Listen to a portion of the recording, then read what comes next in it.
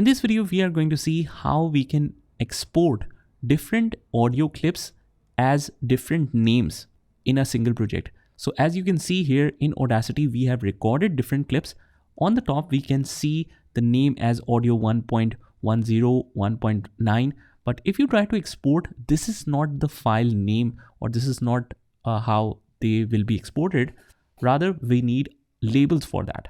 So for example, we have recorded a new clip right here, and let's say I want to name it as 1049. I'll just hit record and it will start recording something like this. And once it is complete, what you can do is just select this particular clip, press Ctrl B. Ctrl B enables the label, and then we can put a label with it. For example, the file name to which we want to export is 1049. Now it depends on how you want to manage all of your audio files, but I prefer to keep it by number. And after that, what you can do is, obviously after all the noise cancellation and sound improvement, what we can do is we can export this. So let me just remove this label right here, right click. Okay.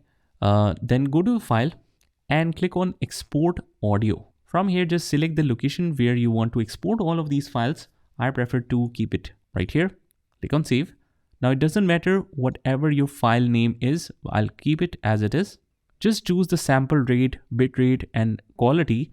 All of them are good by default, but I want to export not the entire project, but I want to split it into multiple audio clips.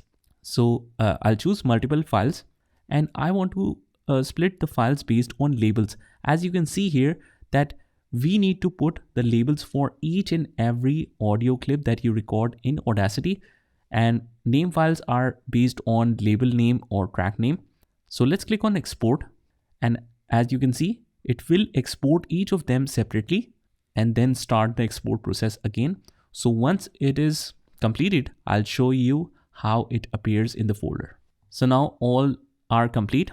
If we go to our folder, this is how it will be shown. Let's enable to type.